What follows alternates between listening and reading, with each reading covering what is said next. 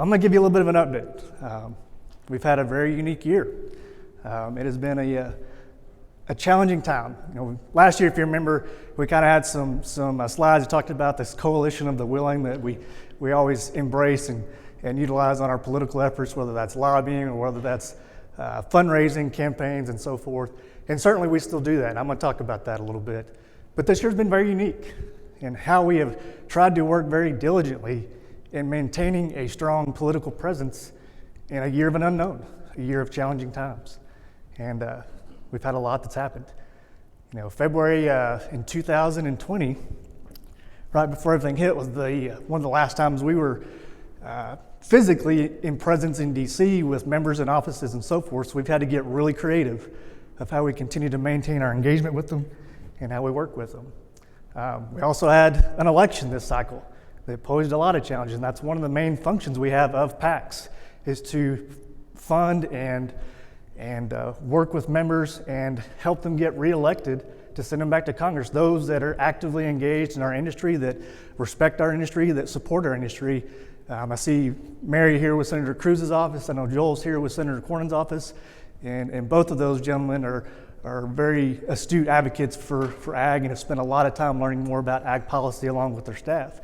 And we'll hear from Congressman Arrington here later this morning on the same topics too. But again, we've had to get creative. We had an election. What happened? We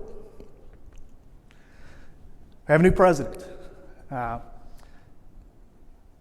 And have a new different perspective going on in DC, just from how we navigate the political process, how we look at different policy changes and ideas that are coming about. And I know Gary will probably talk about some of this in the Cotton Council's presentation, but we're going to have new ideas and perspectives that come to light because of new dynamics and changes in the political atmosphere.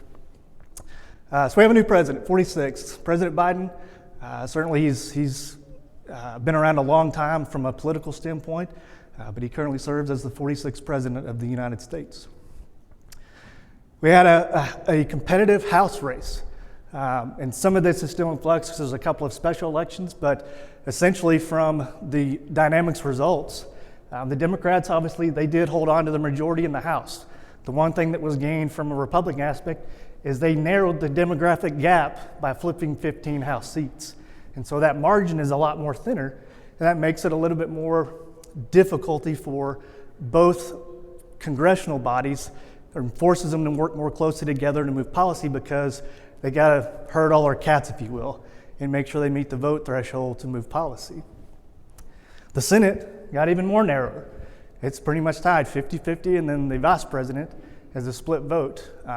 When I was trying to do some historical reading the other day, and Wiesemeyer, you might have to correct me on this, but I believe the last time this was split was at the beginning of the Clinton administration, but only for like 15 or 20 days, something, or maybe the end, I can't remember exactly, but it's been a while since this happened. But certainly it creates a little bit more workableness between members, but also gives leverage to some other members. You hear a lot in the media right now about Joe Manchin, about Kristen Sinema out of Arizona.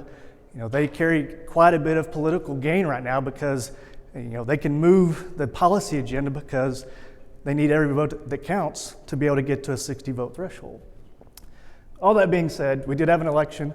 We have been actively engaged in our political fronts along with our partnerships with Cotton Council and others. And I'm going to talk some more about that.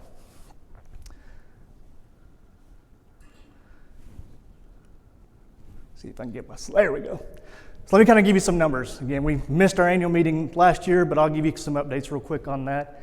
From our PAC contributions, receivables, we've stayed pretty well on track, which is a good thing, especially in a time of unknown. We've set a goal in every election cycle to try to at least raise $350,000 so we can collectively pool resources together with other PACs and support candidates. We've maintained a really good time frame of that, even with the 2020 unknown. You can see from a receivable standpoint, those that have contributed to the PAC, about $365,000, and then we try to spend pretty much every nickel and dime we bring in so the money is exercised and utilized appropriately.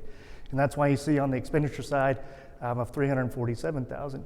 From a contribution side, there's a little over 350 people now that participate in the PAC, whether that's an individual or a partnership or joint venture, landowners, et cetera.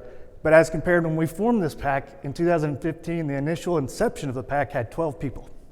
I think that's pretty remarkable over time to show that many people have started to be more engaged, more believing in it, and having a good return on that investment because it is the goal of sending people that support our industry, support our ideals back to Congress to help support our policies.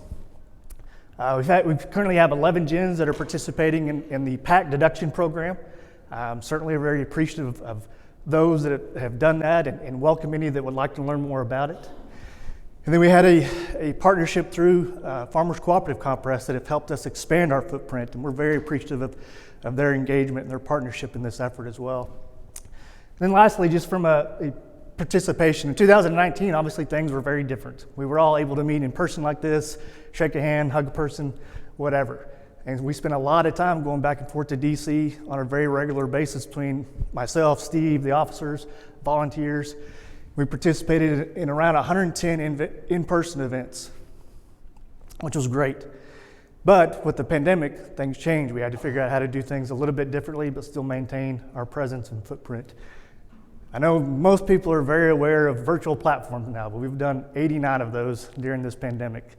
And I know probably the vast majority, if I ask the question, how many of y'all still enjoy doing Zoom meetings on a consistent basis or virtual meetings? Certainly they're convenient at times, but I know there's nothing better and nothing more personable than being able to meet and visit in person and develop that rapport. But it's just something we've had to adapt and do, and something that's not going to go away. But again, it's been pretty interesting. So 2020 versus 2020 or 2019 versus 2020 in advocacy. 19 again was very easy. Everything was in person, could interact a little bit differently with people. Members were able to get together.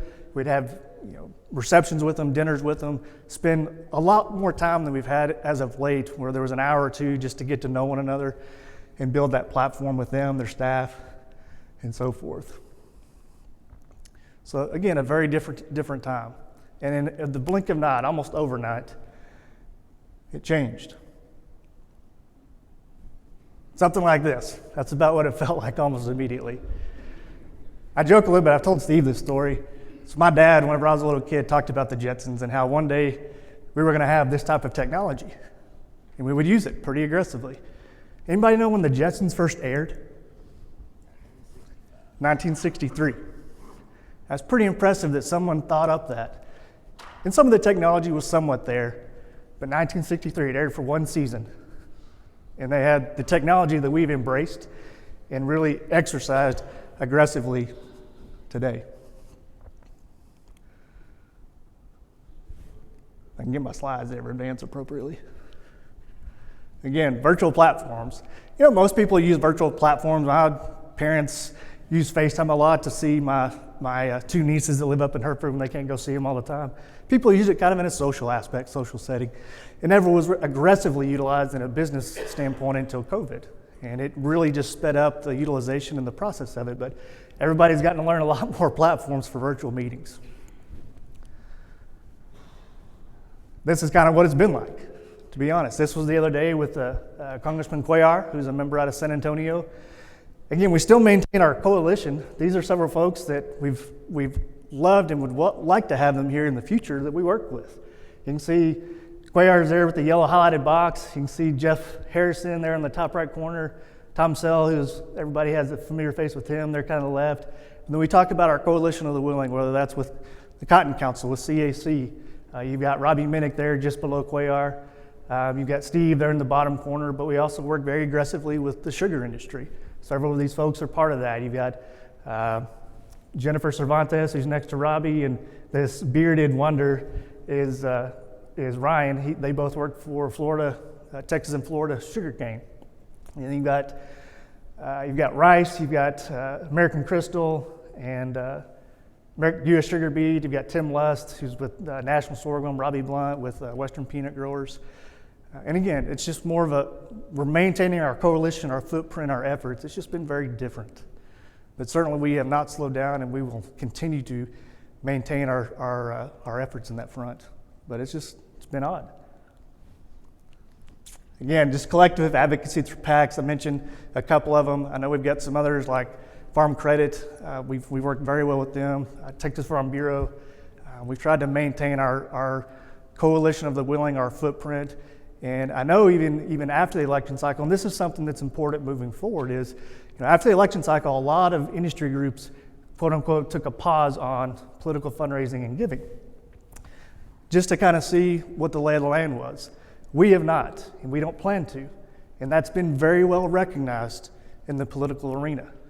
And that's a good thing. That's a positive thing for the ag industry.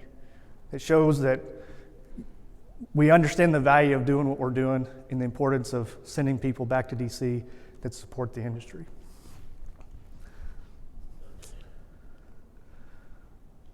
And hopefully we'll get back to this. We're getting closer. This meeting today with everybody here in person is a step in the right direction. And as DC slowly kind of opens back up, as other areas of the state and U.S. open back up, we will get back to more in-person relationship building. This was one we did the other day with August Pfluger, who's in the 11th district. He was Conaway's replacement. Certainly it was great to have him and his daughter there to be able to sit down and visit about key issues that we're facing today, whether that's on trade still, whether that's the status of just the farm economy as a whole and what we can do to strengthen it on a policy-making arena. See if I can advance my slide again. Oh. Yeah, Ronnie Jackson, who we got to spend time with up in his district, up in the 19th Congressional District, 13th Congressional District. He's the new member that replaced Congressman Thornberry during the election cycle. I had a great farm tour with him. It was a good time to spend time with him. He was here last night. Drove actually all the way down from Amarillo to visit with us, spend some time, and learn more about just issues that we're facing. And then the second slide, or third slide, I guess, if I can get it to transition again, obviously with Jody. Jody's very well known throughout his district and throughout the area, and has certainly been a good advocate on policy arena, especially on ways and means and trade and tax issues and things like that. But we're certainly wanting to move more back into this normal type of relationship development and fundraising capabilities and exercising our PAC on a regular basis. Again, maintaining a strong political presence in challenging times. Our goal is going to continue to be the same. I hope you see this again as a value and a return on investment. What I mean by that is think of the policy initiatives that have been developed over the last couple of years. Because we've had the opportunity to send members back to DC that can navigate these arenas and help support our industry segments, whether that's, if you look back during the trade era where you had the MFP payments, you had CFAPs, you had WIP Plus, you had cotton getting back into a farm bill prior to the expiration. You had Jen Kosh here several years ago. I mean, all of these initiatives were harnessed around members that could navigate the political arena, that we could support financially and help them in a campaign aspect. And having that arm, that moving part that we can use to our PAC is extremely important to be able to continue to do these things. Anyway, with that, we appreciate everybody's support of it. Certainly it's been a viable tool, a good return on investment, and we'll continue to utilize and exercise this thing as aggressively as we can with your support and your help.